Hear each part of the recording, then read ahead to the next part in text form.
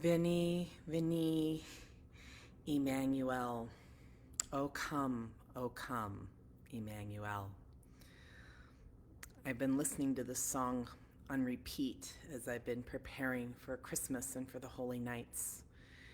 And I want to welcome you all, whoever's here live and whoever will be listening to this later on Facebook or watching it on YouTube. Welcome to the first of the 13 Holy Nights for 2023 into 2024. My name is Ann DeSutter, and I am a certified soul level astrologer. I am a graduate of the College of Visionaries and Wizards, and Mark Borax is my teacher, and that college is run by he and his wife Marcella Eversole.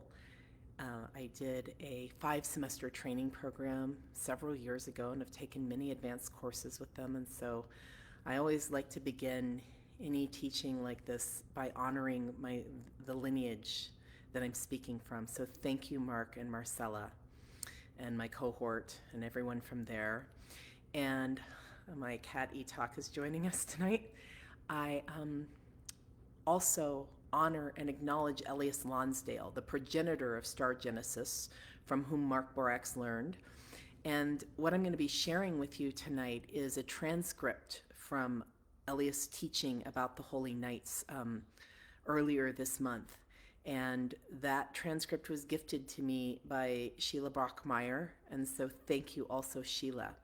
So I'm going to give you an overview of what's going to happen with all of the 12 Holy Nights in tonight, and then we're going to go into tonight's transcript. So I'll probably be with you for about a half an hour tonight, I'm guessing. So what are the Holy Nights? The Holy Nights are the time from midnight on Christmas Eve until dawn on the Epiphany on January 5th/6th. And the Epiphany is when, as the story goes, is when the wise men arrived to greet Jesus and to honor him.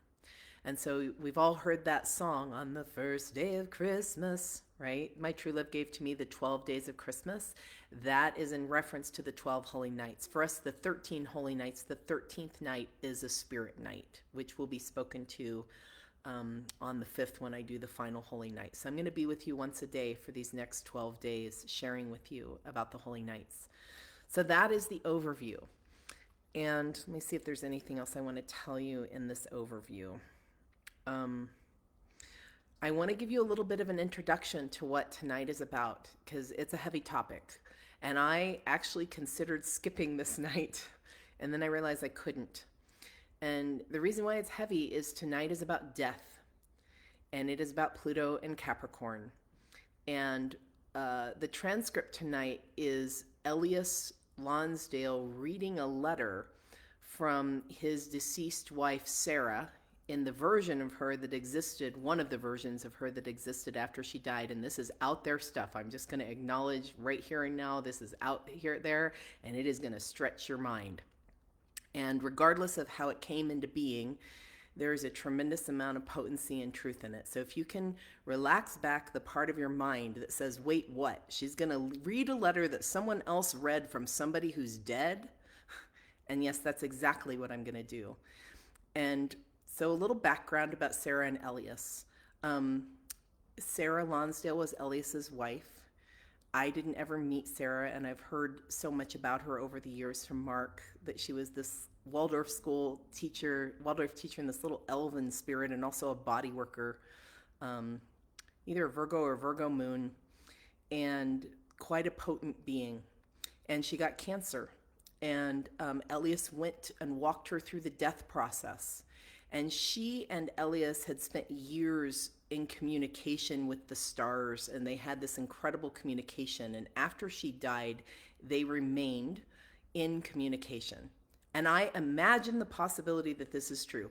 I wasn't there, I don't know, and all of the things that I've heard and seen written that came through her resonate as true for me. So if you can relax back the part of your mind that sounds out there too, and just take in what is here tonight, I just welcome you to do that. And I want to share something really personal, that the reason why I decided to share this letter from Ellias tonight is because it's about death and it's about Pluto in Capricorn, is because I am in the beginning of an initiatory gateway around death. I have not in my lifetime had anyone who I was extremely intimate with at the time they died die when I was intimate with them, besides my cat who passed in 2022.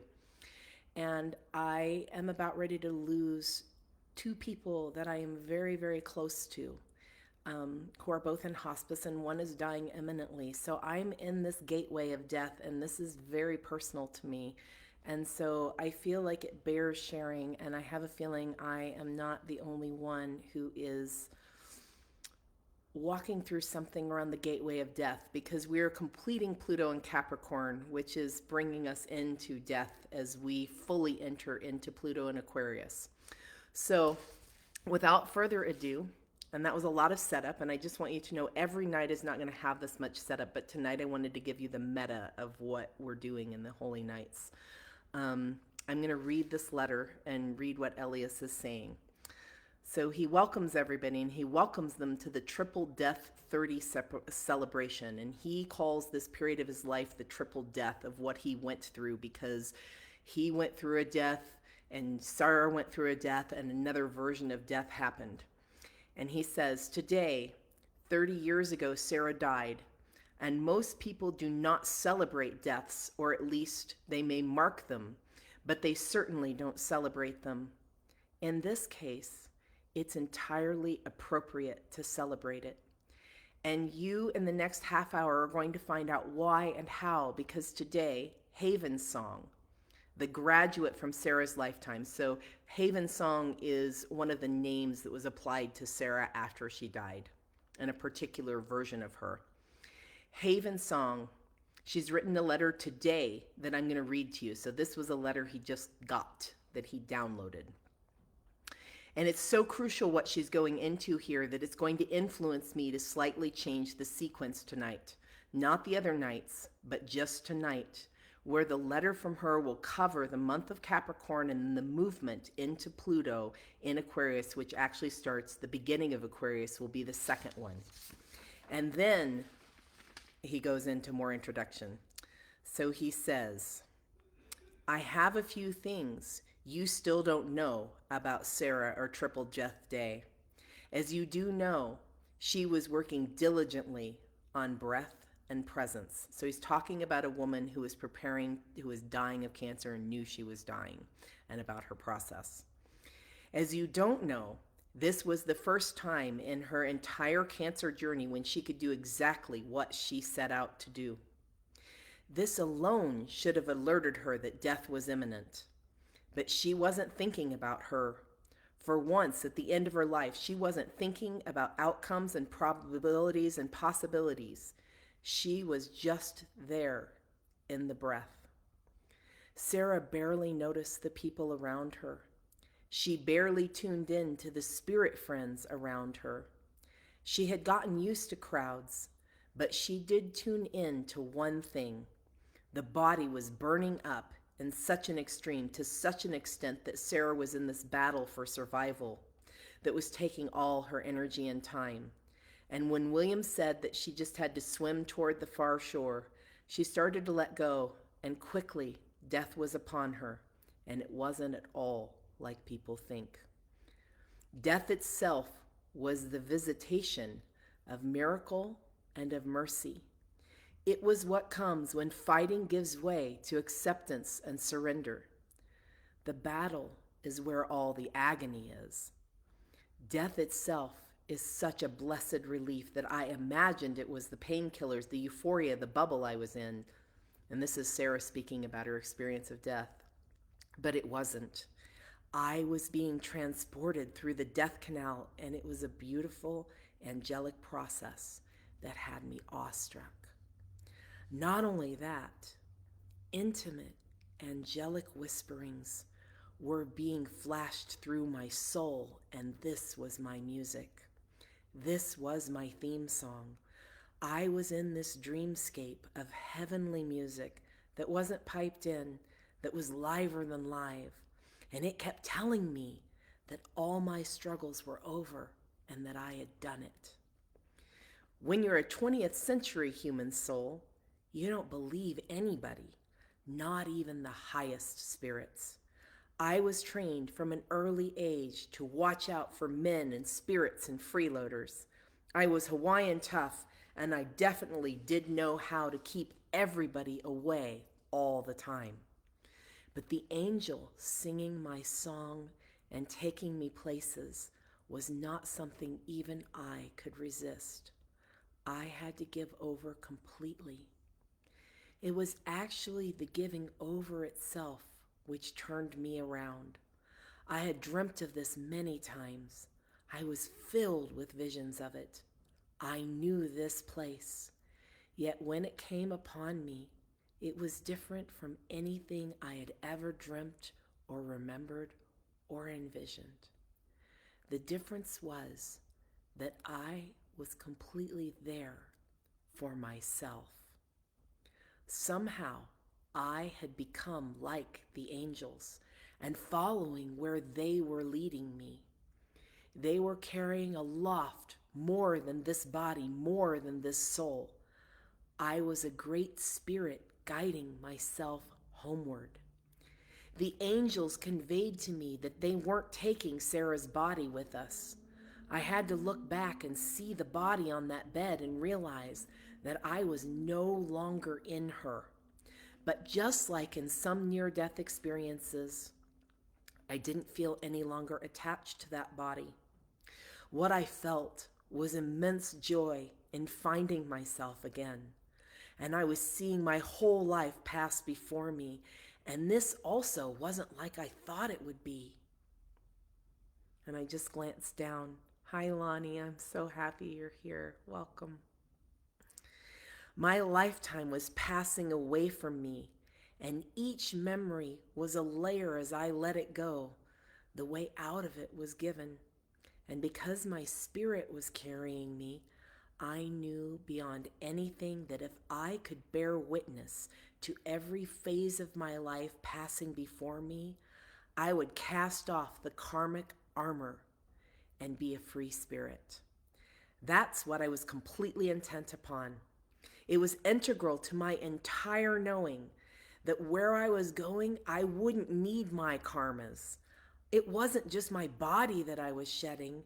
This was the entire karmic sheath, and I sensed right away that I had become every woman, and that it was my task to cross over, back and forth without the oppressive burden of a karmic history to suffer and maintain. And this is Anne speaking. Can you just imagine what would it be like to not any longer carry our karmic sheath? I, for myself, can't even comprehend what that might be like, but I sure do like imagining it.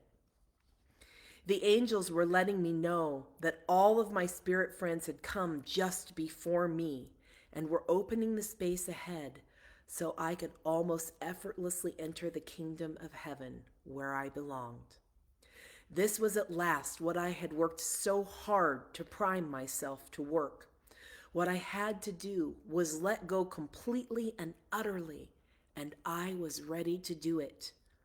Just one more layer, and I'll be there. The angels showed me the state of the earth and all the people upon her. They showed me how everybody down there was like me. They were all up against their shadow and lost in the maze. And now I was being asked to be at one with them in my soul and to move enduringly beyond them in spirit. I had to feel the soul magnetism terrestrial, and I had to live into the space of the celestial realms I was being called into after death. This was the scene I had seen before. This was the one I knew to be the cuties. I had to carve out a new path. I had to live in two worlds. My soul was not going to travel beyond into the cosmic. My spirit was not going to get stuck in material form. I had a most extraordinary spirit destiny. Everything had prepared me for this, and I wasn't surprised at all. My spirit showed me where all this was heading, and I had to instantaneously say yes to what was being asked. My soul could honor her commitments to this beautiful earth and to everybody in it, and the spirit could soar with the angels and make my way into life after death. All of it was there at once. Even though I knew the magnitude of this crossroads, I even more sharply knew that I was already on my way home. And all of this happened so fast. When I became spirit born and let my soul serve in her earnest, purposive way. And I just want you guys to know that that's the first half of the letter, so we have about another half to go here. And let my soul serve in her earnest, purposive way. I became my spirit, and she was being lifted out of that body by the hand of the Lord of the world and being escorted across with ceremony and pomp. We came through the colored light realms and were greeted by friends and teachers, and then we found our way to the place in the heavens where all is sourced and bright. My spirit has continued ever since to raise myself up to the journey where our whole being seeks to manifest. It has been a beautiful, mind-boggling adventure. But what about the soul? What happened to my soul when the spirit moved onward? And I was still being asked to serve here amongst all the lost souls of the world. One reason I have never till now become witness to my soul's journey after death is that those who have remained with me in the soul realms for 30 years have wanted me to travel lightly. So 30 years ago she died, and now this letter is being written, just so that you have the context for that. Ellias and friends have made it crystal clear to me that soul-bound humans can take a brief glimpse into the highest spirit of the heavens, the bright spirit of the heavens. But what people are up against in the karmic situation makes it extremely hard to accept and embrace the kind of help and the kind of support and the kind of reflection that I have been offering for 30 years. The only reason I can now break my silence, so this is 30 years that this spirit has waited to speak this.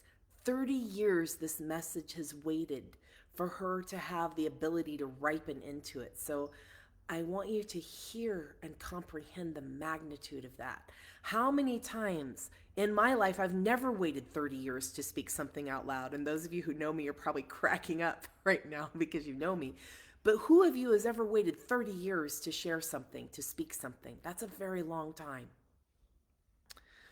The only reason I can now break my silence is that Ellias has come into the space of asking me to do all that I can with and through him. Initially, he was very open to me and discovered over and again that it put him and everybody alive through big changes to absorb the shock of what I bring to the world of the outwardly living. I will say it like it is.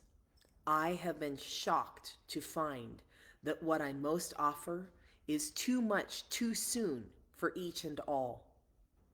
Boy, I can relate with that. It isn't the way that people would think it. We imagine the angels as sweetness and light. We picture the vaster realms as keyed entirely into a greater sacred dimension. What we are missing here is clear and true reflection of the world we all have learned to move with on a daily basis. The more I come into this life at this time, the greater is my depth of awareness that this world has fallen away from the bright heavens and the future we call Aquaria. This world has taken on, and she's talking about the world that we're living in, this three-dimensional 2023 reality that you and I are sitting in right now. This world has taken on a very intense shadow action. My task here is to reflect this accurately, and when I do so, sparks fly. The really good part is that I have learned arduously how to convey all kinds of realities without any negative undercurrents. This means that I don't imagine that people should be different than they are. Even this perspective is stunning for people. It's stunning for me because that is one of my greatest challenges. This is Anne talking now, and I just went through something so deep, like a hurt so profound that it's not that the hurt was profound, it's the way that it landed for me yesterday. Hit me so hard. I was awake every 3 hours last night, sobbing and crying and like praying and finding how can I let go. And so much of that was that I wanted this other person to be different than how they were. So imagine what it would be to be in the place where we don't need to be people to be different than how they are. That's a world that I like to imagine the possibility of and hope that I one day find myself into inside of myself. I hope for that world for all of us. Okay, I'm going to go back to the transcript now. Even this perspective is stunning for people. It puts them through the greatest changes of all. I have to be gentle with this as well. I will say plainly that the activation of lucid reflection of the undersoul and blanket acceptance of the necessity for this is just too much to take. It may be too much, and it is what's needed. During 2023, I have been busily engaged in fine-tuning my capacity for combining underworld penetration and grace-filled illumination. I have already brought this getting through to Ellias and friends and has become the very essence of everything that we are sharing. However, until now, I made sure to leave something out. On Triple Death Day 30 years later, I must leave the impulse further by bringing into it this one factor that does change everything. So here we go. This is Anne talking. She's about ready to tell us the thing that she's been waiting for 30 years to say. When you read and study and contemplate what is being said out there about the evolutionary edge that we are walking, a distortion has caught on, and this distortion makes it seem like this entire existence is violated. People are talking as though the soul isn't even impacted by what is happening in their lives. They are doing this. This is the part that's hard for me to read because all my emotions are coming up. So forgive me for what's happening, and I'll do the best I can. They're doing this. We are all doing this. I am doing this, and chances are you are too. We are doing this to protect ourselves against getting wiped out by extreme grief and trauma. But because of the journey I've been on, I have no possible way to accord with that distortion. What I am feeling is that we are looking at things ass backward. We have become programmed to believe that the densest and most limited elements at work are decisive, and that the most spacious and boundless elements at work are barely there at all. If I looked at it that way, I too would feel despair and disconnect. But it is a lie. By far, the greatest influence in this world today comes through the heavenly angels. They are everywhere. They are in everything.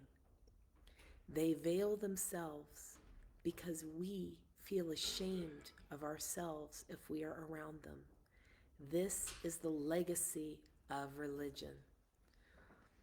We assume that the angels are comparing us to them and judging accordingly. This is a great way to head them off. The truth of our world is that spirit is omnipresent and that it is stronger than ever, and it is engaged in offering us many ways to move beyond our disattunement. I see ahead, and I know what's coming. Just about everybody has a weakness for tragedy and downfall. We can't stop thrilling to how the dark gets a hold of us and does it to us once again. We can't say we're not victims, but we are treating ourselves as victims completely. And I just want to speak to this a moment. There's just another little 2 paragraphs left, but I want to speak to this consciousness for a moment for myself. In that I recently was doing some healing work and being assisted to do some deep healing work. And one of the things that I realized that I wanted to change is my belief that love equals pain, relationship equals pain, and that how I learned through relationship is through pain. And any of you that know me well know that I have learned a lot that way, and I have taken that grist for my mill and I have used it to evolve. And what I recently realized is no, I don't want to learn that way anymore. I want to learn through pleasure. I want to learn through opening. I want to learn through love. And I have no idea how to do that because it is such a deeply ingrained habit in my body, in my mind, in my emotions, even probably in my soul, to learn through pain. And so, of course, the moment that I made this commitment and I spoke this aloud, and it actually happened in front of a group of 50 people, and that healing was one of the most vulnerable things I've ever done in my entire life. And that's saying a lot because I've jumped off of a lot of cliffs and I've been vulnerable many times. And of course, what did that constellate? It constellated the moment I made that commitment. And I thank someone who cares about me for reminding me of this in the last couple of days. The moment that I made that commitment, all of the most deeply painful things that could happen to me, not all of them, but many of them began to happen. And I was like, what is happening? Why? I just made this commitment to learn through pleasure. Why is this so freaking painful? And it's because when we make a commitment to have a breakthrough and let the light in, this other thing has to get out of the way. And that's the very thing that Sarah's talking about here, or that Haven Song is talking about in this letter, is that on the other side of all of that stuck belief and ground in karmic sheath that we all have, is the part of us that's absolutely connected to this light, to this love, to this other thing that's beyond us, that is not actually beyond us, that's right here, right now.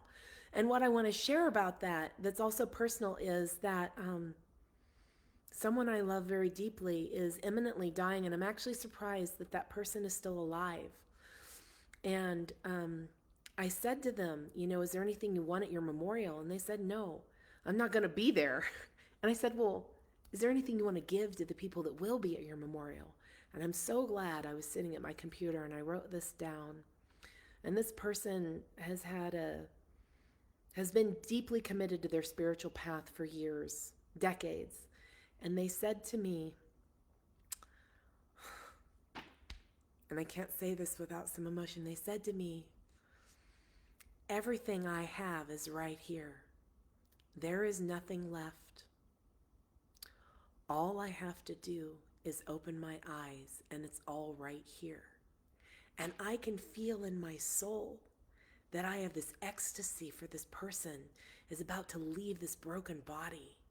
And that then there's my inner little one, my little girl, and my tender-hearted human woman that are grieving the loss of this being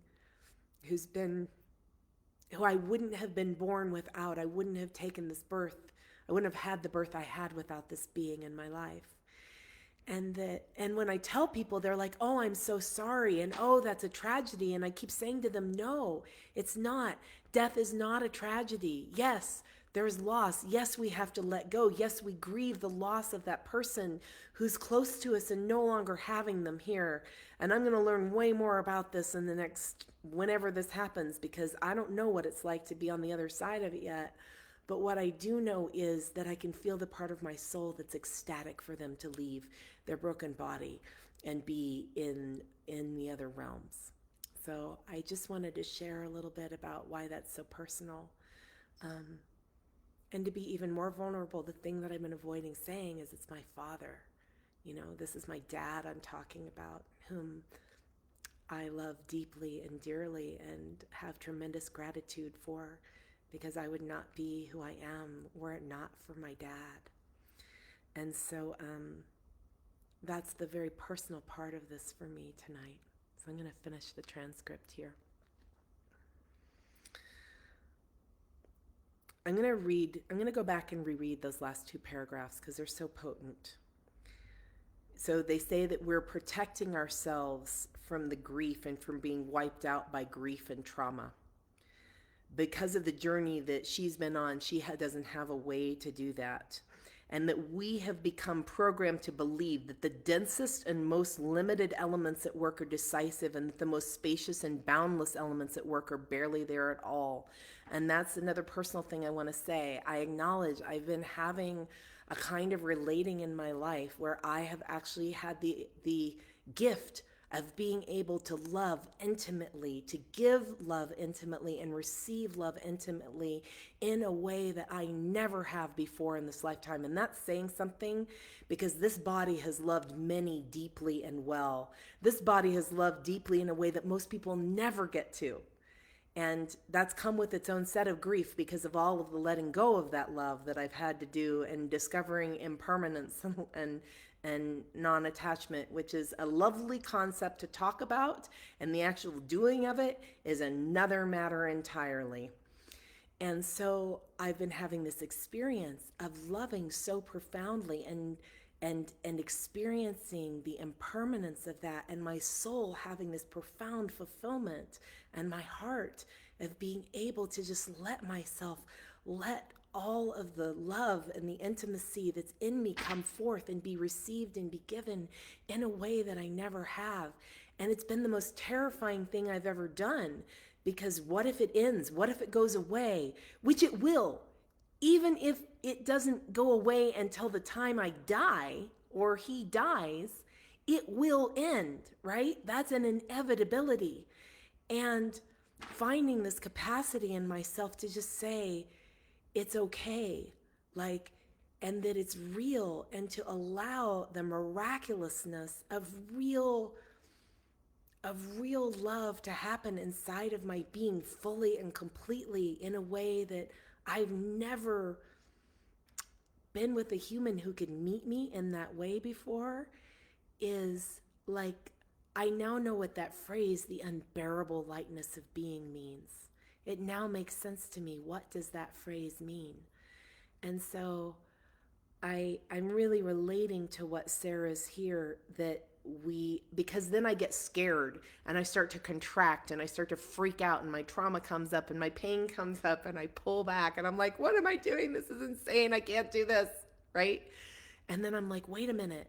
What are you doing? Why are you contracting like that? Like, just let it be, and be right here in this moment, because it's all you've got, and it's all any of us have got. But remembering that, knowing that here, and remembering it as we live and breathe, those are two very different things. And that's where I feel like she's taking us. She says, we assume that the angels are comparing us to them and judging accordingly. And this is a great way to head them off. The truth of our world is that spirit is omnipresent, and that it is stronger than ever, and it is engaged in offering us many ways to move beyond our disattunement. I see ahead, and I know what's coming. Just about everybody has a weakness for tragedy and downfall. We can't stop thrilling to how the dark gets a hold of us and does it to us once again. And we can say we're not victims, but we're treating ourselves as victims completely. She says, I am pledged to dedicate 2024 to whatever it's going to take to mediate the emergence of spirit that allows us to remember and awaken. I'll start it by taking each of the 12 and 13 holy nights now and giving Ellias infusion of his own pedigree. Then he can put it in words so that everybody can welcome what we know. These things. We feel these things. We are these things. All we have to do is cure ourselves of the habit of believing that the most earthbound elements have all the power, and that the most heavenly elements are pale by comparison. There is nothing pale among the angels. I'm going to read that last bit again. We feel these things. And if you hear that background noise, a very earthly thing is happening. My cat's puking up a hairball right here by us. We feel these things. We are these things. All we have to do is cure ourselves of the habit of believing that the most earthbound elements have all the power and that the most heavenly elements are pale by comparison. There is nothing pale among the angels. So thank you for joining me. Tonight was a little longer than the other nights will be. And I just want to acknowledge for those of you that are into astrology out there that we didn't really talk about astrology tonight. And tomorrow we are going to talk about Pluto and Capricorn, and then we're going to move into Pluto in Aquarius. And then we're going to go into the year of the wood dragon. So that gives you a preview of the next 3 holy nights. Thank you so much for joining us. And if you have listened, please, or you're listening later, please, I welcome you. I'm so curious. What are you gaining? What are you gleaning? What are you learning? What are you finding from hearing this? And please share it in the comments. And welcome to the 13 holy nights. And I send you into the dream in beauty, and may you dream with the angels tonight. May we all dream with the angels tonight. Good night.